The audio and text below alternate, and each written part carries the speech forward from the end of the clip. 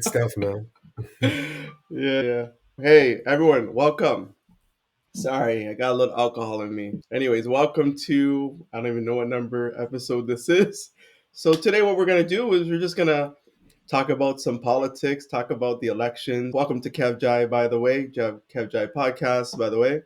Kevin, Jai, and myself, we're Canadians, and we have an election that's happening here, all because of Trump, basically. And Jai voted, and I did not vote. And so we're going to talk about that. All right. So stay tuned. Jai, you voted. Why did you decide to vote? Oh, you did advance voting. Advanced polling, yeah. I think the polls close sometime next week, if I'm not mistaken, on 26th. I can't remember, but I know it's still advanced polling. But surprisingly, I was shocked in a good way to see, like in my community, there was a lot of people who were voting today. Maybe because it's like a holiday, but I noticed a really younger crowd too. Like I'm talking about 18 to like 22, 23. Some came in with their parents and some came by themselves. I think what's happening across the border has triggered a lot of emotions in people to want to vote, right? I've talked to some people who are older who have said that they haven't voted since the 80s and they're casting the vote this election. So I think it's interesting. I think we're going to have a record number of people voting this time around, only because of what's at stake. Because I believe a lot of people feel like we need someone who can stand up to south of the border, whether or not You it's can you can you conservatives, can whether say his it's name. You liberals. can say his name, Yeah, Trump. you know what I mean? Whether it's the conservatives, the liberals, NDP, Green Party. I think whoever it is needs to be able to stand up to Trump, and those are one of the topics that I think that they debated on, which is never happened in history of Canada, where you're debating about how to stand up to their counterpart in the U.S., Trump. So I believe there's going to be a record number turnout. I believe that this is a very critical election for Canada, and if we get it wrong, I don't know when be able to get it right because it's an important election. So I believe that people are going to go out and vote. And Canadians are smart. So they know who they're going to vote for and they know the right thing to do. So I believe the outcome, whoever wins, definitely deserves to win and they'll do right by Canadians. I just have that belief. I sound so like I believe so much in the system, but in this election, I think I do. I think I honestly do. Yeah, no, I think voting is important, and I didn't vote, and the reason why I didn't vote is because I'll be honest, I have not been up to snuff with respect to what each riding and um, what party what their agenda is. So that's the reason why I haven't voted. I'm one of those people where I really like to know exactly what I'm doing before I get into it. Fair enough. And so I have not been privy to a lot of policies that each party has been doing. The other thing too is I feel it's though Canada has a lot of ridings, we have a lot of different parties. I think I'm dubious and disenfranchised because I just feel it just jumps between liberal, conservative, just like in the United States where it's Democrat, Republican, and it gets a little annoying. Jagmeet Singh, I do like the NDP party, but it's like snowball's chance in hell that they'll become a majority Hmm. party. Hmm. And same thing with the Green Party, and same Hmm. thing with all the other, what the Quebecois or the. And I even feel bad. I don't even know all the writings or all Bloc, the parties that we have. Bloc Yeah, Black Québécois, the Quebec. Green Party, That's right. NDP, conservatives, the liberals. But honestly, Kevin, you still have a chance, man. Like it's not over yet. Like this Yeah. is still advanced polling week. I believe it's going to be next week is when the polls will close. So you have a chance to review the portfolios for each of the parties. And you're right. It's not like the U.S. where you're voting for individuals. You're voting for your MPs for the most part, and depending on who has the majority of the votes, which party gets more MPs, that's a party that technically wins, and whoever is the leader becomes prime minister. So it's different here than it is south of the border. Notwithstanding, I think casting your vote should matter because you mentioned that you like Jagmeet Singh and the NDP. then look at your writing and see who's running for NDP. You never know, Hmm. right? I looked at my writing, I looked at the people that are running for. My writing is mainly conservatives and liberals. I don't believe that my writing, anyone from any other party has won in my writing. And I could be wrong. I haven't researched it, but it's always been liberals, conservatives in my writing. That's it. I don't even see the signs for NDP or Green Party in my neighborhood. That's how serious it is because they know they probably don't stand a chance. No, sorry. I lied. I did see Green Party. I didn't see any for NDP though. So, Okay. but yeah, just do some research on it and see. I think it's important to vote, especially Hmm. in this election. Especially any other election, probably not, but this election for sure. I think it's one of those where it's going to be in the history books. Yeah. If you were a Republican, then most likely, I'm pretty sure a lot of our audience is American. If you were an American, what would you more be, a Democrat or a Republican or what? I actually, it's funny. I was talking to another friend of mine. I took this test where, based on your beliefs, where would you be a Republican or would you be conservative or liberal? I fall more on the conservative side, but mildly Mm, conservative, not too radical. So it would yeah. have been a tough call for me in terms of who to vote for if I was in the US, because there's a lot of issues that I agree with one side and a lot of issues I don't agree with the other side and vice versa. So it would have been a tough choice. I think what's more important to me if I was in the US was would be the local like school district, right? Mm, I think that's where the true test of where your vote really matters counts. Because if they're going to institute anything at the federal level, it's will it affect you as much? Probably not. Like you should cast your vote, don't get me wrong, but I think emphasis should be placed more at the here in Canada, it's municipal level, which is I don't know what it's called in the US, but I think it's like school district or whatever within your vicinity. I think that's the most important thing because that's where your kids will go to school. That's where your property taxes, those types of things. You need to vote for the right people at the very local level.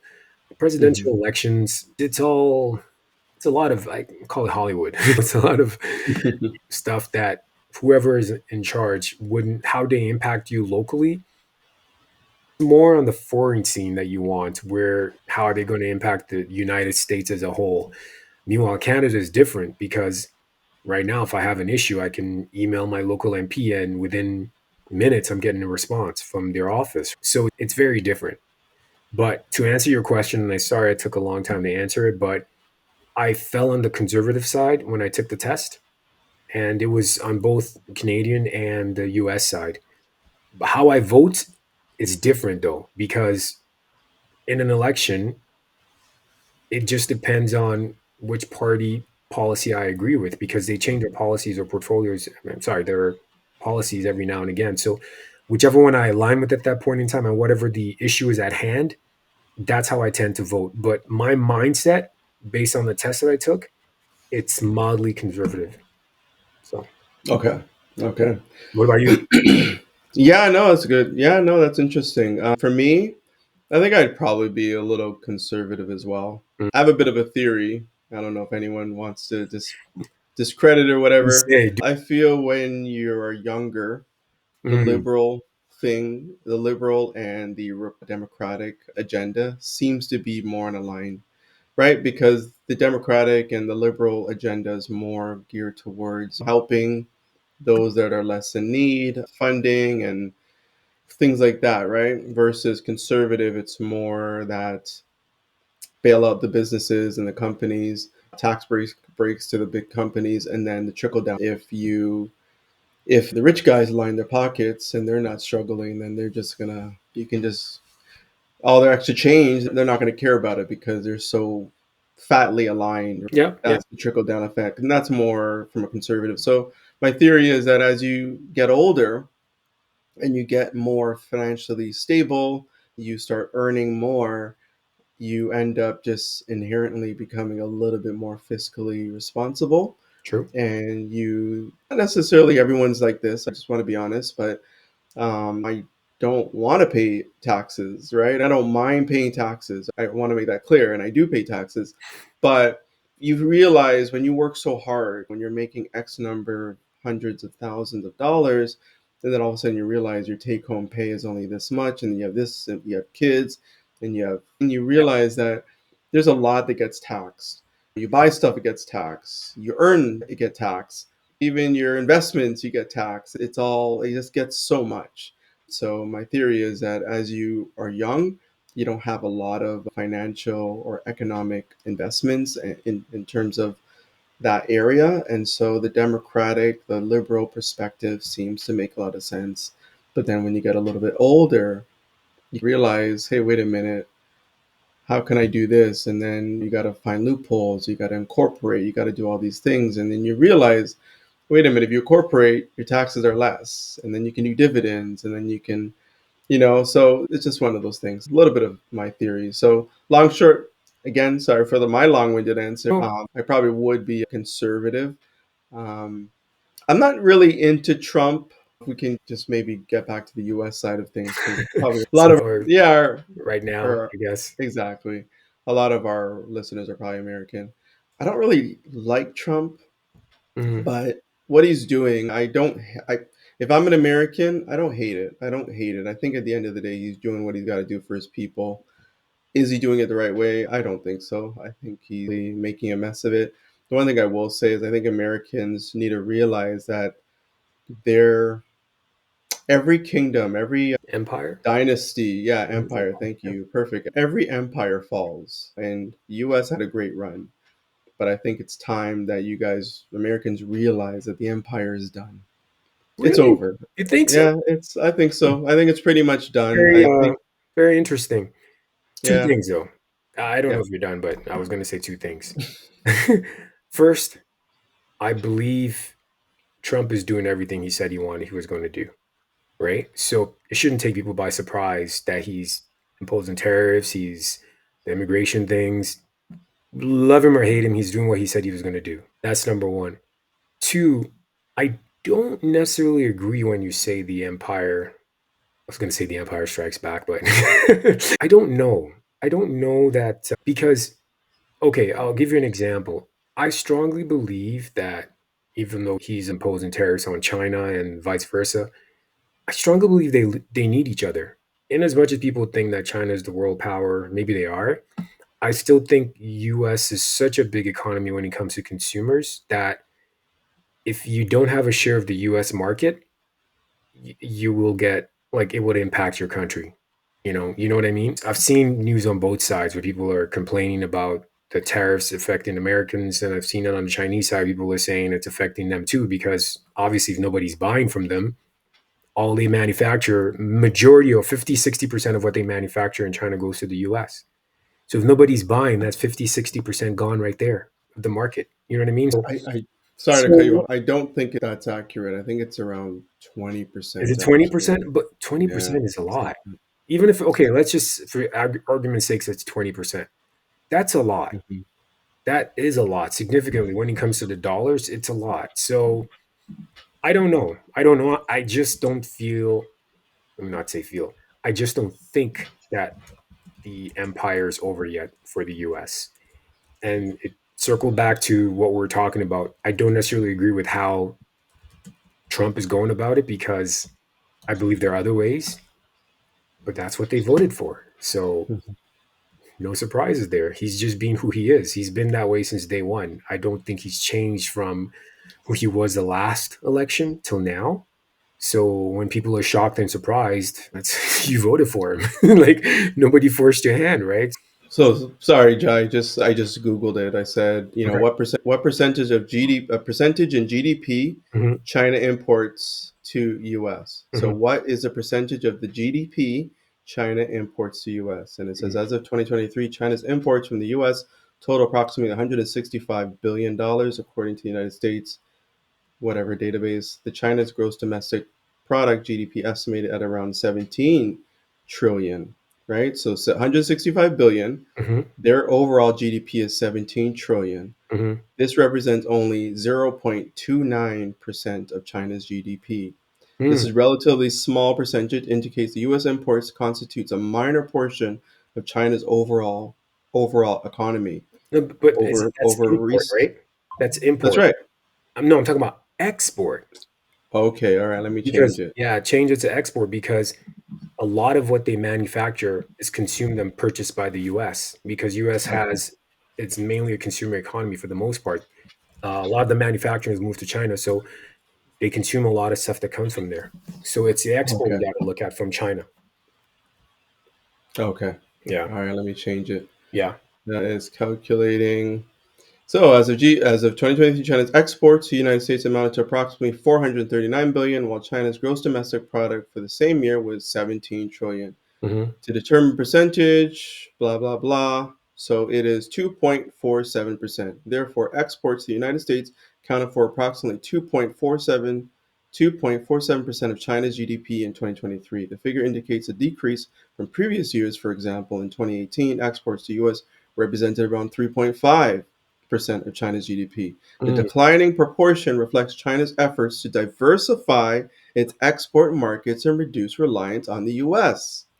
The shift is part of a broader strategy to mitigate risk associated with bilateral trade tension and to promote the balanced economic structures. So I hear what you're saying, Jai, but the facts are the facts. Even China Yep. has been reading the tea leaves. Everybody's been reading the tea leaves. US is declining. Don't get me Mm. wrong. I'm not saying that they're going to be gone anytime soon. I'd say another 20 something years or 10 years. Their overall presence in the world, on the world stage, is gone.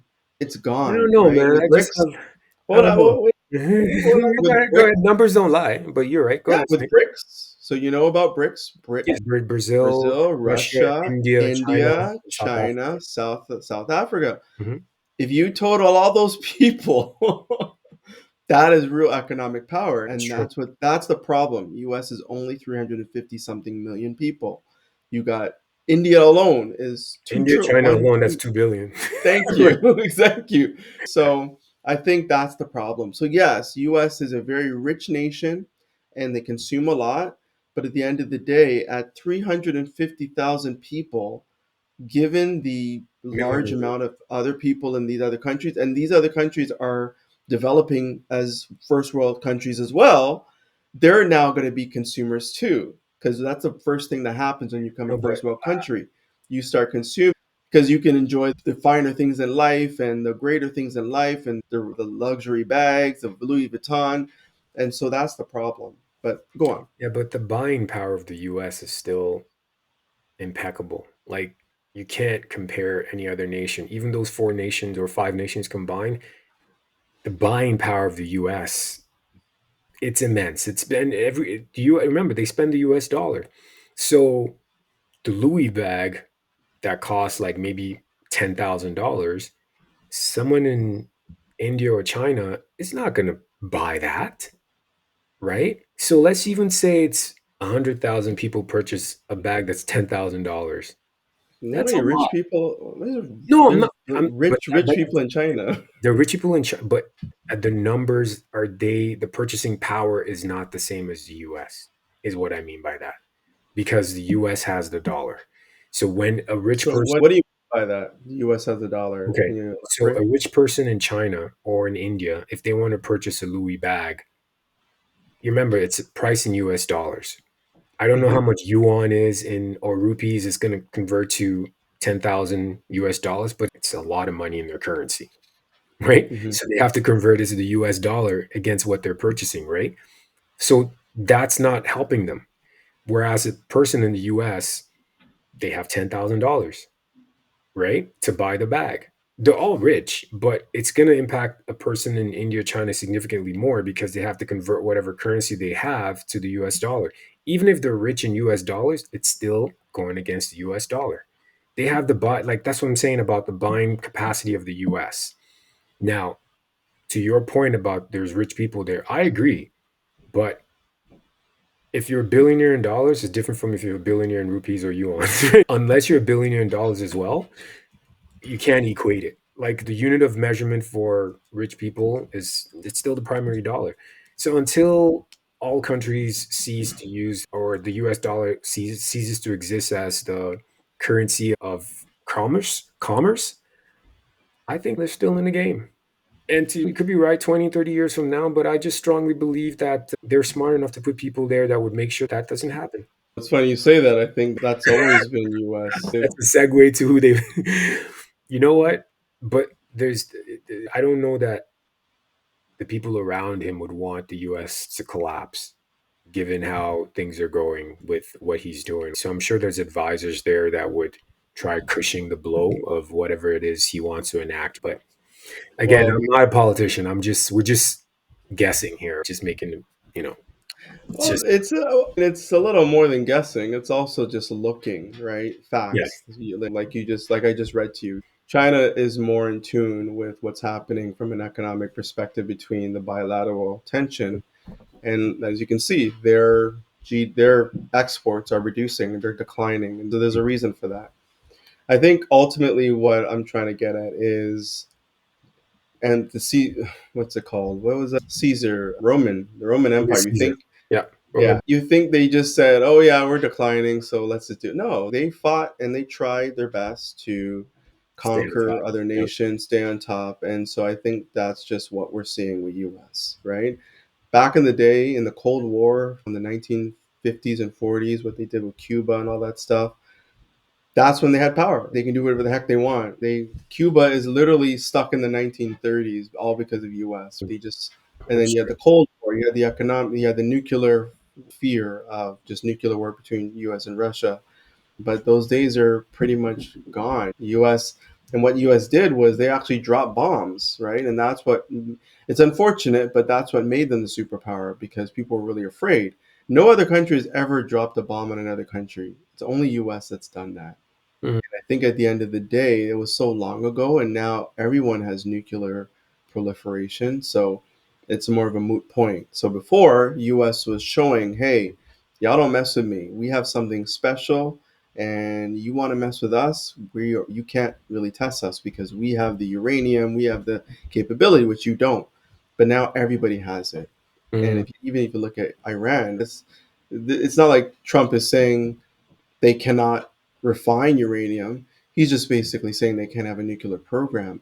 But back in the day, they wouldn't even be able to even create the damn refineries because they'd be so afraid of the US's power. So the whole point is it's just slowly declining. It's what it is. And just Keyword going slowly. So it's not That's right. accelerated. That's right. I'm not saying they're gonna go away anytime soon. But I think Not- the reality is that I think they're slowly going because US more plays a part on the grand stage of things. So if I can hear me out in this thought process here, you have a show, right? You got showrunners, you got comedic relief, you have the main entertainment, you have all these things that present a show, right? The relief, they may not be the most important thing, but you still need them because you want to keep the crowd engaged when the main entertainers need to take a rest. So they're pivotal. That's what I think the US is now. US used to be the main show, but now I think they're the comic relief. And so Mm. China does not want to be. China's a closed country. You think China wants all people immigrating to them and coming there because they're the new superpower? No, they're not like that. And then Europe has their own thing going on. Like they got a little bit of tension. You had the BRICS, the Brexit, things like that. Brexit, yeah. So yeah, so you got to really think of it like that. China is the new potential superpower, but if you notice, they're doing things a lot different. They're building roads in the countries that they are taking Yep. over. Like Yep. Especially in Africa that, and the that's Caribbean. right. Yep. Let's do a perfect example in Jamaica. For years, British was in Jamaica. For years, U.S. was in Jamaica. No roads were ever built. No roads. China is now in Jamaica. Roads are being built. So now instead of going from one part of the island take you days, and now it takes you hours. And so Mm. what China's doing is they're actually building the roads. And so now the roads are toll, so obviously they're making their money back. But the point is they're doing things different. They're not being the traditional superpower like how British and US were, where they're keeping people stagnant and in the Stone Ages. At Mm. least China is actually doing things to help build the economy. Do I like how they're doing it? No, because they're bringing in their own people to build the roads. They're not teaching the locals. But you know what? I gotta admit, if they gave that money to the locals, the road would not be built. Just being honest. So at the end of the Oh, day, it's lesser of two evils. mhm. And again, this is one of the reasons why I have my son learning Mandarin. Just Interesting. being honest, yeah, he's 6 years old. I'm just saying. Interesting. Well, Yeah. Say the last thought. yeah, I was just gonna say, like, for me, the last piece is a lot of the things you're saying, and it's backed by facts too, because a lot of my arguments that are based on, I won't lie, based on emotion. Not necessarily that I have the facts or the numbers to back it up, but I still believe that the US is a huge consumer economy. The US also, a lot of people still want to come to the US. I don't know what those numbers are, but from the way they glamorize their country, even those BRICS nations, there's people who want to migrate to the US, people who are doing well. They still want to live in the US. They still want to visit the US. Now, whether that dynamic has changed in the last few months, I don't know. It's left to be seen. But in my mind, I still think that they're a country or they're a force to be reckoned with. The What other countries are now trying to do is, how do we survive without the US impact on our economy? And I think that's what you alluded to in those numbers you're reading from China, right? How successful would they be? It's yet to be determined. Personally, I would like the US to succeed. At the end of the day, I'm Canadian, so Canada first. I'd like the US to succeed, but hey, it is what it is. Numbers don't lie. So that's the way it is, guys. Just Yeah. to circle back, go out and vote. Vote, vote, vote. That's important. Exactly. Voting is important, man, and that's the message we're gonna give you today. So don't be like Kevin, be like Jai. Go out and vote. Yes. And also do your research when you vote. And yes, do not be like me, be like Jai. Once again, it's been a pleasure. This is KevJa Podcast, and y'all have a good one. Subscribe, like, whatever you want. Give us feedback. All right, have a good one. Have a good one, guys. Bye.